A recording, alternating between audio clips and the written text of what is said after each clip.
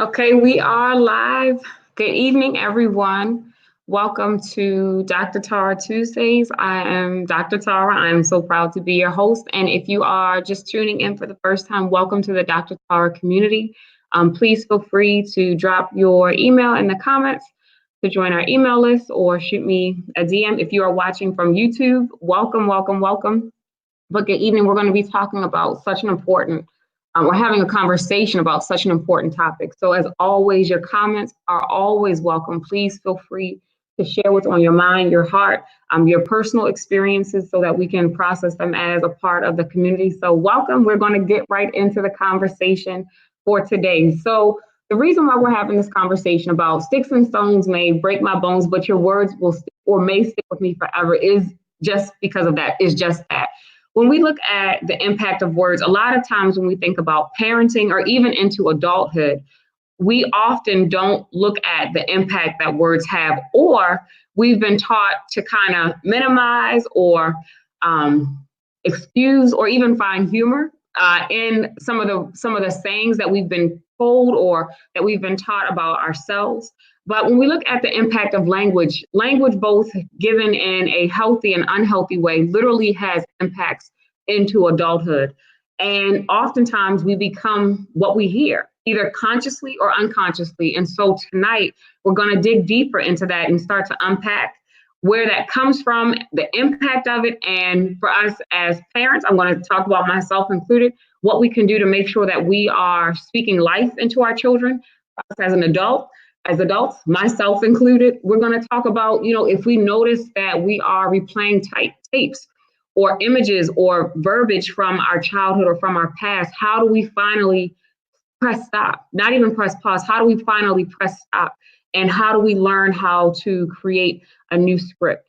And so if you're just joining, welcome, welcome, welcome. And so as we get started, one of the things that is so important to me that is important for our discussion today is when we talk about words, a lot of time words are given to us or given to our children to describe behaviors. And so one of the first steps in this whole process is learning how do we begin to separate behaviors from people, from the person. Meaning a lot of times people will often come to me when I'm doing parenting classes, when I'm having these kind of sessions and talk about, I want to get my child to start doing this. I want to get my child to stop doing this. I want to either start doing this or I want to stop doing this. However, we have learned to associate so much of our identity by what we do versus who we are. We start to literally create a script or what we call a schema around those behaviors, and they start to give us our own sense of worth. And so what happens is over time, our sense of identity, sense of worth is tied to these behaviors. And so what happens is that we find our value in our ability to either produce, or we find our quote unquote feelings of worthlessness by our perceived inability to produce something. So what happens is when we talk about separating behaviors from the person, what we're talking about, even ourselves, is that you as the person are good, or I as the person am a good person. However, the behavior may be unhealthy. It may be unacceptable. It may be, wrong. Or however we view that. But the damage or the danger that comes in is that when I start to ascribe you by your behavior. So a child who grows up hearing you are bad, you are hard-headed, you are lazy, you are this. I'm learning that you're not necessarily speaking about my behaviors. You're speaking about me as a person.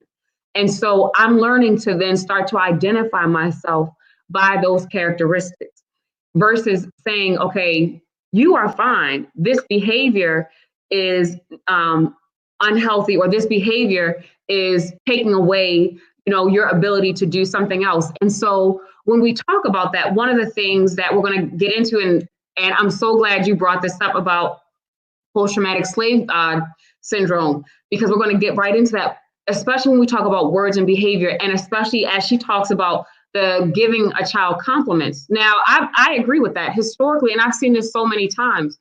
When we talk about just even the allowance of our children to receive compliments, so what R.A. Torrey is talking about is that in her book, Posttraumatic Slave Syndrome, Dr. Joy talks about where that comes from. So historically, just to give everyone a context, so historically, people of color, Black people, were taught that if a child possessed quote unquote special characteristics, they were more likely to be sold, right? Because I could get more money for them if they were strong, if they were perceived to be intelligent, if they were perceived to have some type of skill I could add to whatever I was looking for on my plantation. And so one of the defense mechanisms, so when we think about trauma, and I want to get into that too, when we think about trauma as it relates to parenting, a lot of parenting practices that we now see as unhealthy or no longer necessary were at one point very necessary just for our survival and just for the maintenance of family. And so one of the things that she talks about, and if I could find it when we end, I'll post a clip to the video where she breaks it down. But one of the things that she talks about is the act of giving compliments. And so you have two parents, one white, one African-American, and the Black parent says to the white parent, you know, your child is so smart.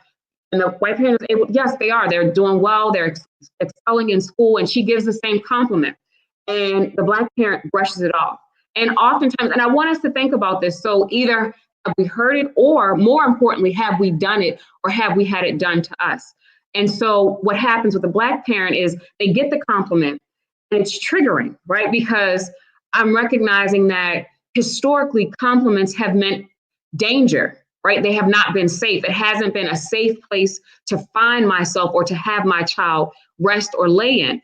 And so what do I do? So if this is dangerous, then what do? I take it away, right? I say, you know, no, they're not that smart, or no, they're not, they can try harder in school. Or one of the things that I often hear too, you know, your child looks so nice today. Yeah, but they're so bad, right? But they don't listen. They're so hard-headed. I hear it all the time. And I think I'm so glad that you started us off with this comment, because I think a lot of times this happens so unconsciously that we as parents do it almost automatically. Right. So, and one of the things that also happens too, when we talk about words, and I'm going to go a little bit left, but I'm going to come right back. When we talk about words and when we talk about behavior, historically, just because we're staying with Dr. Joy's work, historically, Black parents have been taught, we have been taught to parent our children based on behavior. And that's why this conversation is so important, especially for people of color, because literally your livelihood has been based on your child's ability to be controlled, right? So if you can sit down and shut up, if you can sit down and be quiet, if you can sit down and listen, if you can sit down and don't say anything when anybody is talking to you, right? If I can get you to be controlled, then historically I am saving your life. And one of the things that has happened, and I'll just speak to the education system, when we look at the research around parent engagement, or looking at the research around conversations, a lot of times those conversations specifically for children of color are led around behavior, right? So they are a good listener. They are so helpful in class. They're so kind. And so, or, I'm having trouble with them versus academic potential. And so when we get into words or how we speak, a lot of times we are kind of reinforcing speaking to our children based on their ability to do, based on their ability to behave, based on their ability to be liked, based on their ability to seem safe versus who they actually are. And so I'm hoping that this makes sense. If so, give me a thumbs up or something to let me know that you all are feeling me or hearing me. And so one of the things that happens is that for a lot of times our children, again, our sense of identity and our sense of worth becomes tied into our ability to do.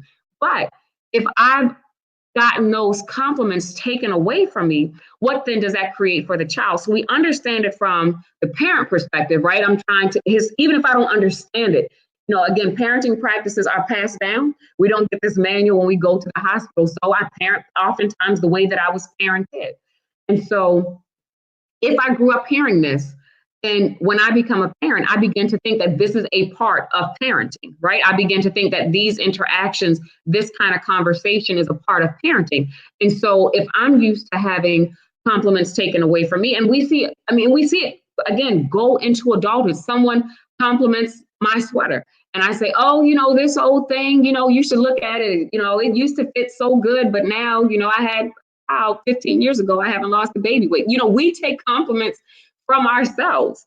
And so if I've been taught that I can't accept a compliment, if a compliment makes me feel uncomfortable, then I'm going to do the same thing to my child too. And so again, what does that then do to the child? How does that then impact or influence how our children begin to think of themselves and begin to identify themselves in this world around them? I'm beginning to think of myself either as a person who always has to do, or as a person who never does enough. And sometimes that becomes one and the same, right? That means that I'm constantly always having to do because I am never doing enough.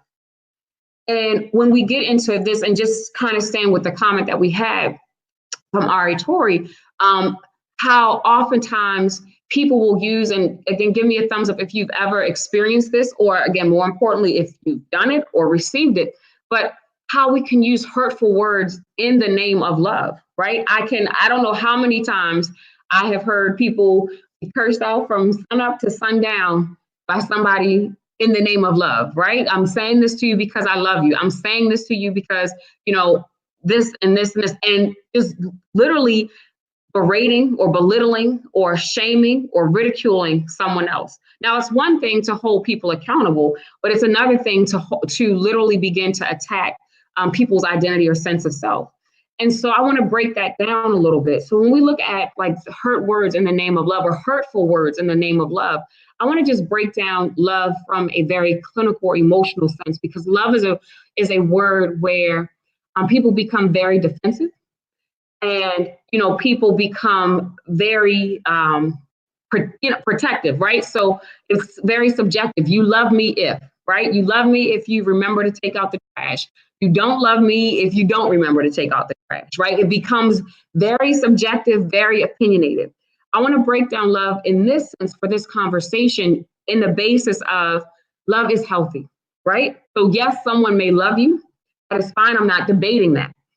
The question that I always ask is it being shown to you in a way that is healthy? And that's a yes or no answer, right? So in my conversation with this person, their words to me, right? Them holding me accountable. Was it being done in a way that teaches me discipline? That again, or as a form of discipline, which the only purpose of discipline is to teach. Or was it done in a way to bring shame or to, make me feel bad about myself? And if the latter is true, then what we start to see is the introduction or the infusion of fear. Now, for those of you who are long members of the Dr. Tara community, you know that we only have two emotions, love and fear. That's only two emotions that we have. And when we talk about, the sticks and stones and the impact of words on our development or on our growth, a lot of times we have to ask ourselves as parents, and I'm going to say this first from the parent level before we get into the adult level. Am I speaking to my child from a love-based perspective, or am I speaking to my child from a fear-based perspective?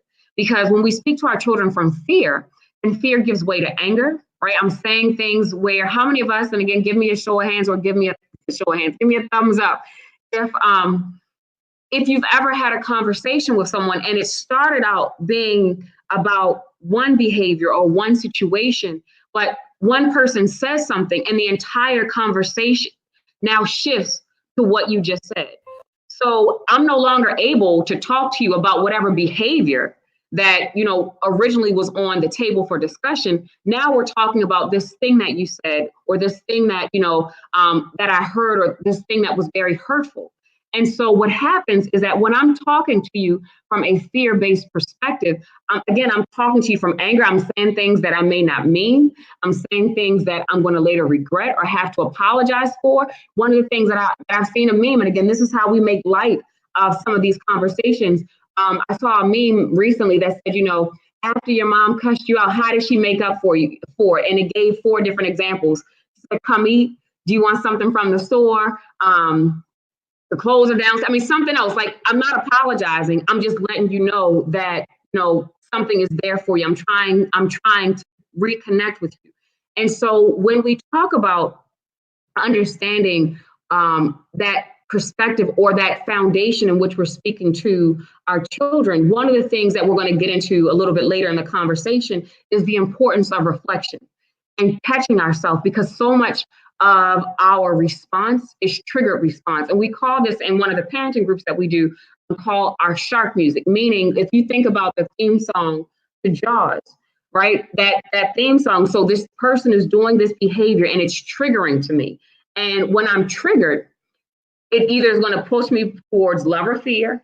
And when it comes to fear, then I usually respond in one of three ways. I usually become mean, I become weak, or I become gone. And RX, I love that. Perfect love casts out fear. Yes, that is very, very true. I become mean, I become weak, or I become gone.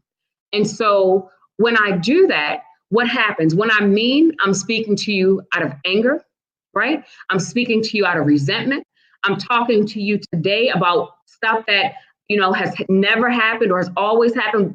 Being mindful of, you never do this. You're always doing this. You're never going to do this. You're never going to be this. You're always going to be this. Again, the power of speaking that and what that, again, does to a person. I just made a mistake today, and you are projecting and casting on my life for the next 10, 20 years, and so when I'm mean, I'm speaking from that way. When I'm weak, I just give up. You know what? Do what you want. I don't even care anymore. Right. So that's weak. And a lot of times weakness in that moment comes from that anxiety. I don't know what else to do for you. I'm at my wit's end, and then, or gone. And so with gone, let me back up. With mean too, what we can also do is comparing. Right. So I'm comparing you to everybody that I've ever seen, and why aren't you doing this? And why aren't you living up to this person? Or why aren't you living up to this person? And what happens in that moment when I get into comparison is I'm failing to see you as your own individual. And in the heat of the moment, it's all understandable, but the aftermath is what I'm talking about, right? In the heat of the moment. And this is one of the things that we often have to wrestle with, because we can often justify our words, right? And I say this to people all the time, and we hear it too, do you want to be right or do you want peace? And when we talk about peace in relationships with our children, most importantly, relationships with ourselves, yeah, I may have quote unquote deserved it in that moment, but is it adding peace, or is it bringing peace to this relationship that is going to be lifelong and never ending? And if it disrupts that trajectory, then one of the things that happens is that I'm causing these ruptures that I'm going to either have to repair or pretend never happened. And that creates gaps in this relationship that people hold on to. And so we're going to get into how that leads to us replaying tapes that are very unhealthy for us. And so I'm weak, so I'm just kind of giving up. You know what? Do what you want to do. I don't expect much from you. I'm giving up. That's weak. And then gone is, sometimes we see that as a silent treatment. I just, and the thing about gone too is that sometimes gone is a combination of both mean and weak, meaning that if I'm not speaking to you, and parents give children silent treatment all the time, but it's interesting because I have yet to work with a parent that can tolerate their child giving them the silent treatment. And so one of the things that is often difficult is understanding that the parent-child relationship in an ideal form is reciprocal. Now, yes, and this is not to say that there's not a power differential. Of course, there's a power differential, right? There's a power differential. You are the parent, I am the parent. And at the end of the day, I'm making the rules, and my rules have to be abided by. And if not, there's consequences. I get that. What I'm talking about as far as the reciprocity is us respecting each other as people. And when there becomes a time when the power differential means that I don't have to respect you as a person, I don't have to respect you as a human being, then it calls us to do some type of reflection. And Chima, I love that you said that we need to continue to do our inner work as parents so that we don't transfer dysfunction to our children. And the reality of it is that some of us don't even want to acknowledge that we have dysfunction. There's another meme. I get so many of my ideas from social media. There's another meme that's going around that talks about trauma, and I'm going to try to paraphrase it, and it says that if we have to justify our trauma and then and use it as an excuse for other people experiencing their own traumas, then that's not healthy, right? Like, well, I got the silent treatment as a child, so I can not speak to my children. But when I'm doing that, I'm cutting you off, and I'm going back to your comment, R.A. Torrey, about that perfect love casts out fear. If I am operating from that love-based perspective, I'm always looking for that opportunity to repair. And when I give my child or anyone that I'm in a loving relationship or an intimate relationship with, when I am shutting down opportunities for communication and reconciliation, I'm allowing this gap, or this rupture rather, in our relationship to fester and to grow. And I'm allowing both people to get within their own heads and come up with their idea of what needs to happen. And then when that happens too, I just want to be very, very frank, I am misabusing power. Because when I give you the silent treatment, what happens is that I then have the power. So then I then can determine when the silent treatment goes on and off. And so how then do you operate around me? How then do you interact with me? You're interacting with me on eggshells. And a lot of times my behavior as the person on the receiving end is going to either escalate, right? So I'm either going to do behaviors that kind of command your attention, or as a way to protect myself, I'm going to withdraw. And so again, a lot of times, in that moment, again, I may be justified. I don't have anything to say to you. I'm never speaking to you again. I don't want to talk to you, or I'm just going to shut down. But in the long run, as it relates to the peace and the health of the relationship, those opportunities where I'm becoming mean, weak, or gone cause these ruptures to occur that then place the focus on the rupture than actual healing and repairing the relationship or speaking those words of affirmation. And what it doesn't teach is how a lot of times when we have ruptures, right? So when I have those trigger points, and I am a parent, and I'll be the first to say that children can be very triggering, right? So some of us do very well with babies. Others, not so much. They're triggering. Some of us very good with younger children, middle age children, adolescents. Other of us, no. And so some of the behaviors are very triggering. And so in that moment, I may feel justified. I may feel well within my means, but I'm going to pull from what I know. And Kiana, that speaks to your comment about transgenerational trauma. And I'm pulling from what I know. I'm not necessarily saying, you know what, I'm going to intentionally not speak to my child. I've never met the parent that when they were given their baby in their arms says, you know what, when they piss me off, I'm going to not talk to them for a week. And so in the book, yes, it's called It Didn't Start With You. And that's a wonderful book. I definitely recommend it.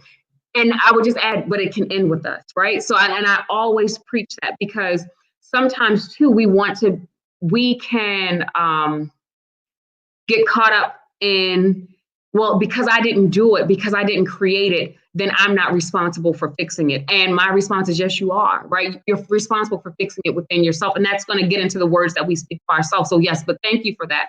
And so when we talk about understanding the rupture, or understanding how do we then come back and create, create repair, it's so important that we are being mindful of this approach.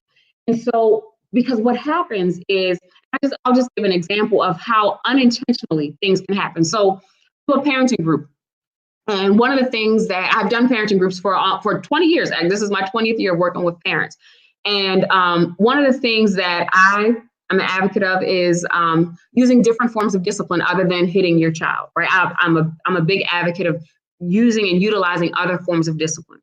And oftentimes parents will come to me saying that, you know what, I don't want to hit my child. I don't want to spank.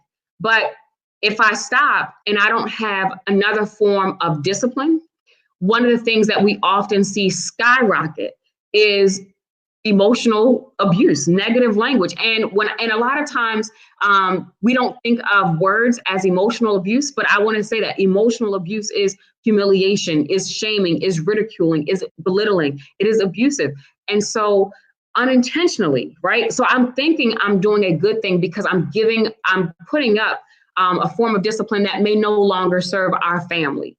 And again, one of the reasons why I don't tend to try to take that from parents until we have created a toolkit, a discipline toolkit, is because if I don't have the tools, then the first thing that you do, and I can't pop your legs or pop you in the mouth or do anything or tell you go get that belt, then what is going to happen? I'm going to have an emotional explosion, a verbal explosion, where I am coming at you from all different forms, or I'm just constantly, I've heard it called parenting from the couch. I'm going to stop. And I'm yelling at the top of my lungs, y'all better get yourselves together.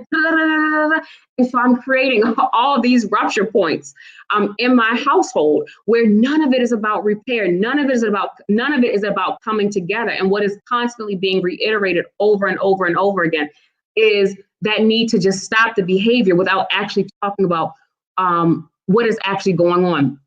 I think I lost some people when we talked about the discipline thing. It's okay, they'll come back. And so what happens when I have this kind of verbal dumpage, right? So I'm just saying these things and, these things are being said to me. What happens to us as we get older is that we begin to literally replay the script. And I remember watching a documentary, and I'll put it in the comments. It's about Tonya Kane. She's a wonderful, brilliant trauma advocate, and she's in the Maryland area. And the documentary is called Healing Neen. And in that documentary, she goes to Jessup Correctional Facility, and she talks to a group of women. And one of the women, who has since passed away, unfortunately, talks about the impact of emotional abuse or the language. And she says that nobody can hurt you as bad as you can hurt yourself, right? Because again, I've taken these words and I have taken them as truth, because usually the person who is saying these words to me is someone that I am deeply connected to, that I'm deeply invested in, and that I deeply care about, right? So if they're saying it, then it must be true. And even if consciously I'm going back and forth with them, subconsciously it's still having an impact on me. And so as I get older, I begin to unconsciously or even consciously replay that script. And so this thinks about, one of the things that I want to ask us is, as we think about our own scripts that we've been taught about ourselves, how have these words or images of ourselves been showing up for us when we are scared, when we are afraid, or when we're even having a good day? And I want to start with the good day piece, because so often, so many of us have been taught to have a cap on our good days, but no bottom on our lows, right? The good days can only last, you can only have about 2 good weeks of a run, but our lows can last about 5 or 6 years. And again, that's because that's been taught to us, right? Like, don't get too comfortable. How many of us have heard that phrase? Don't get too comfortable, right? Because, you never know when something's going to happen. And so we are hearing this again from usually very, very well-intentioned people. And they're saying this to us out of love. But what is that then doing when I'm having a good day, right? When I'm having a good week? It's making me also fearful of the thing that I said that I want. And so when we do this, and Ross, thank you for your transparency. I find myself doing all the things I had done to me that I hated and thought I'd never do to my son. One of the beautiful things is that we can always press stop, right? Like, the beautiful thing about being a parent, and I got this from Chris Gardner, the gentleman who wrote the book of Happiness that Will Smith starred in. He said that the beautiful thing as a parent is that we can consciously decide which traditions, healthy and unhealthy, we bring into our parenting, and which traditions we decide stop with us. And I think as parents, that's one of the greatest gifts that we can give ourselves and our children, right? So the greatest gift that I can give myself is the ability to know that some of these scripts can stop with me, meaning that I am the last person in my bloodline that's going to hear this term, that's going to hear this phrase, that is going to be called this name, right? And then the benefit that it gives our children. And then the beautiful thing is that I then can create a new script, right? So instead of doing this, I can choose to do this. Because one of the things that we know is that as we talk about replaying these scripts, it creates a sense of attention and connection. And so, Kiana, this goes with the book that you're reading, but Dan Siegel's another wonderful trauma expert. And again, I'll put his information in the comments, but he has a quote that I wrote down, and he talks about the brain, because all of it is connected to the brain, which is why, again, we do these things unconsciously without even thinking about it. I'm just pulling from what happens automatically. And he says that anything we give our attention to, anything that we emphasize in our experiences and in our interactions become or creates new linkages and connections within the brain. And so what that means is that where our attention goes, literally, neurons fire, right? Neurons are firing in our brain because my attention is on this point. And where our neurons fire, they wire and join together. So what does that mean? It means for us as parents, as an adult, we have to start to reflect and identify what is our attention tuned to. So children are hardwired for connection. The brain's only goal in life is to keep us alive. And in order to do that, the brain has to make connections, right? I need to know I have to connect with this person because this person is a vital part or component to my safety, either physical safety, emotional safety, whatever. And so if I, as a parent, have connections with my children that are unhealthy, they are still connections. So if my child knows that they can connect with me by doing behaviors that I disapprove of, right? If they know that they can connect with me by me belittling them, then guess what I'm going to start to look for, right? We are both going to be tuned in to those unhealthy behaviors because that is where the connection arises. And so much so that, and this is something we can, again, you can give me a thumbs up, or I can't see you all, but you can blink twice if you've ever had this happen, which is how I can want someone I love. So say my child, say my partner, say myself. I can want someone I love to change a behavior. And they finally change that behavior. And then I begin criticizing them for changing the behavior, right? So let me give you all an example. So I want my son to take the trash out without me telling him. And I've only reminded him for the past 2 years that, you have to take the trash out on this day. And I come home one day and he has taken the trash out. Instead of using that as an opportunity to connect, like, you know what, I'm so glad you took the trash out without me asking you. I say, it's about time you finally took that trash out. Wow, you remembered to take the trash out? Oh my goodness, pigs must be flying, right? I'm criticizing the behavior that I've been wanting to see. And so in that moment, there's still a rupture. Or I've been wanting to work out, right? And so I finally get to the gym and I'm working out. And instead of, celebrating that within myself, I'm like, it's about time. Or, you need to work out some more, or you still look this way, or you still look that. I'm criticizing the behavior that I want to see. That self-sabotage becomes a part of the script. And when we talk about this, when we talk about understanding this, only in our understanding, and Ross, that's why I'm so thankful for your comment and for your transparency, can we learn to create a new script. I can't learn to do something different until I acknowledge that what I am currently doing is not working, right? I can only learn to do something different when I am willing to acknowledge that something is not working. And so when we think about our words, one of the things that I always start with is start with what's easiest, right? Start with what is easiest. For many of us, and this is just people in general, we struggle with being okay, right? And we're going to do a whole Dr. Tar Tuesdays on this too. So I don't want to give too much away, but I'll just give you a sneak preview. So many of us, when we talk about like self-help or, this big push into self-help or betterment, it often comes from a deficit-based perspective. So, I want to work out more, which means I'm not working out enough. I want to do this more. I want to be better at this, which causes me to look at myself intentionally or unintentionally through a place of lack. And so when we do that, then what it stops us from acknowledging is what we are already doing well, right? I am already doing this well. And so when we talk about creating a new script, our work starts with acknowledging what am I already doing well. I'm not going to start with the places that, I had to endure for 18 years. Because those are going to be the hardest bags to unpack, the heaviest bags to unpack. But you know what? I'm going to start with, I'm present and we do homework very well together, or we do breakfast very well together, or, we do drop off very well together. Where is my easiest place to connect? Where's my easiest place to connect with my children? Where's my easiest place to connect with myself? I'm going to start there. So really starting from the place I am already, right? I am already doing these things. And instead of telling myself to, just stop, or even telling my children, just an example, instead of telling my children to calm down, I'm going to actually give them instruction.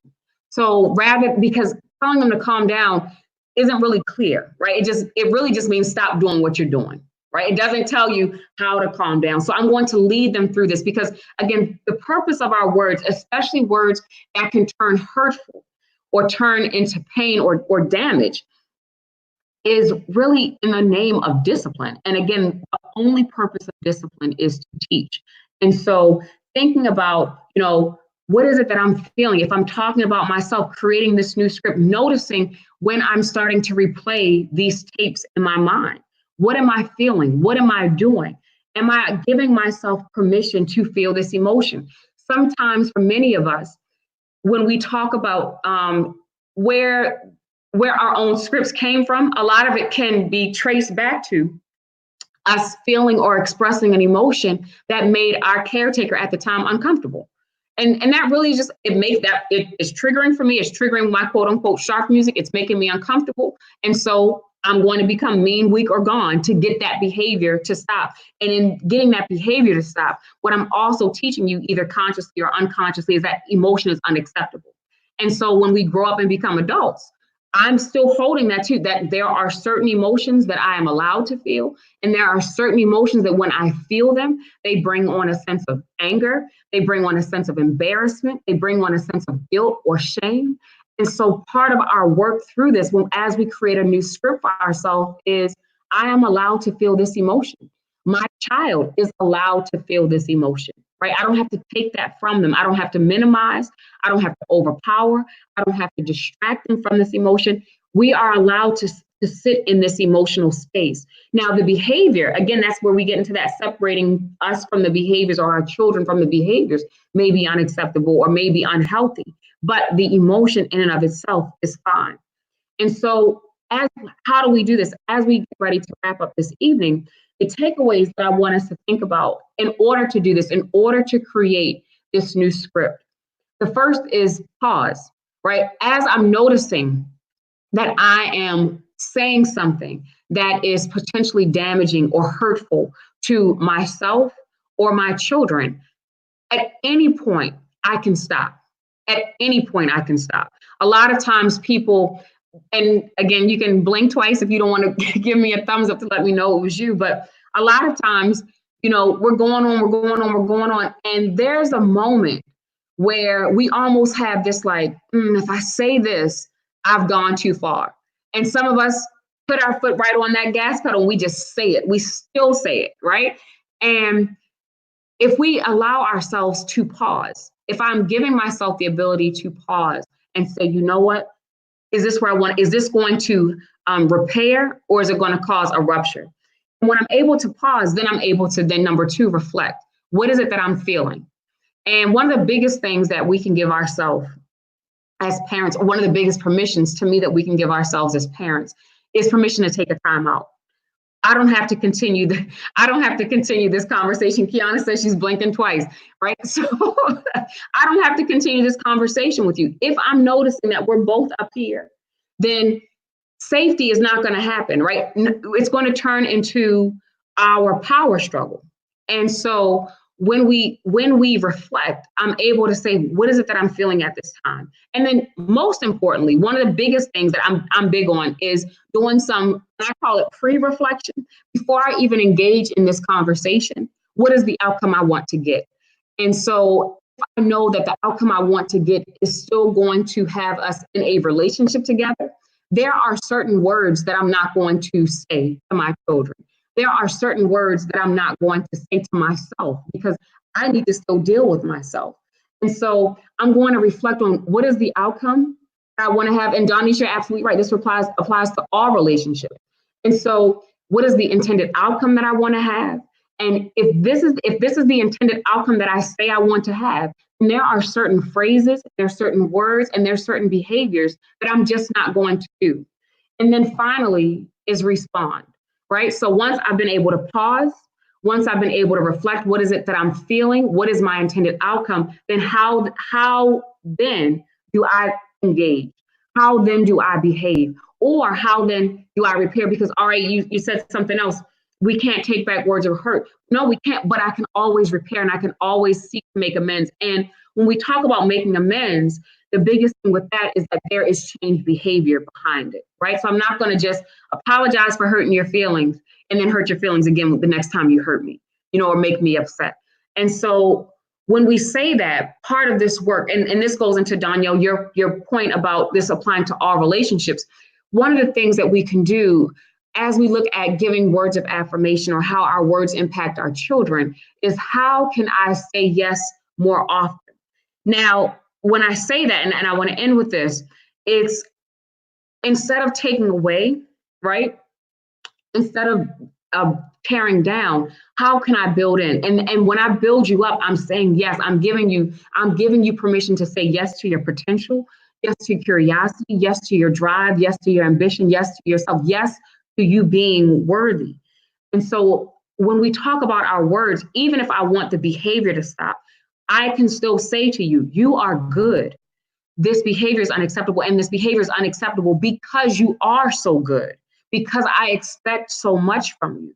And so in that moment, I'm building you up while telling you that that behavior is unacceptable. Even to myself, I want to do this and I'm not able to do this. Giving myself permission. You are tired. You are good. You are doing well. And yet you still may not do those things. And so allowing that yes to come into our lives and coming into our relationships too. So our 3 takeaways as we talk about words of affirmation, as we talk about the importance of our words, 1 is to pause, right? Stop at any moment that I feel myself getting outside of my safety zone. I'm going to say something that's going to hurt someone's feelings to the point of damage, to the point of rupture. Then reflection, how am I feeling? What am I thinking? And then responding mindfully to. So I hope that today's session was helpful. I hope that you all were able to get something from it and noticing our patterns. Kiana, again, I love the book that you recommended. It didn't start, a lot of times this didn't start with us. And the beautiful thing is that it can end with us, that we can take control of our words that we're saying to ourselves and that we're saying to the people that we love. One of the meditations, and I'll end with this point. I thought I was going to end a little bit earlier, but I'll end with this point. We do a meditation where I ask people to think about the easiest person for them to love. And so if you're listening, just think this through as I'm talking it. We're not doing a meditation, but think this through. Who comes to mind? Either the person or the being for you that is easiest for you to love, right? The easiest person for you to love. Or being, it can be a pet, whatever, whoever. And I ask people to think of their response to the statement, I love you because. And, why is it that I love you? What is it that you give me? And then the next question I ask, or the next statement I want people to answer is, you have taught me. What have you taught me? You've taught me patience. You've taught me unconditional love. And the last statement is, thank you for. And what am I thankful for you for? Why am I thankful for you? So the easiest person for me to love, I love you because you have taught me, and I'm thankful for, or I thank you for. And I want you to hold that image of them in your mind when we get trigger points, right? Because when we think about the words that we say, a lot of times it would be an easy no to the question of, would I let someone else talk to this person that way? Whether the easiest person is ourselves, whether it's our partner, whether it's our children, whether it's our pet, whatever. And so if I wouldn't let someone else, then if this is the easiest person for me to love, then I am committing part of my process or my journey or my healing to not talk to them in a way when I have so much love and appreciation and joy that is tied into this one person. And again, for those of us where that one person or people are our children, then my commitment or my charge is to speak words of affirmation to them, because literally, and again, literally the power of words is so strong. Like it literally can promote healing. or disease based on what we tell ourselves. And so just understanding the power that we have as parents, as people, as partners. And so thank you all so much for tuning in tonight. I look forward to being with you all next Tuesday, the 28th. And thank you. I just appreciate the Dr. Tara community so much. If you can, please feel free to share and tag those that you want to hear, that you think would benefit from hearing this as well. Have a wonderful evening. Peace.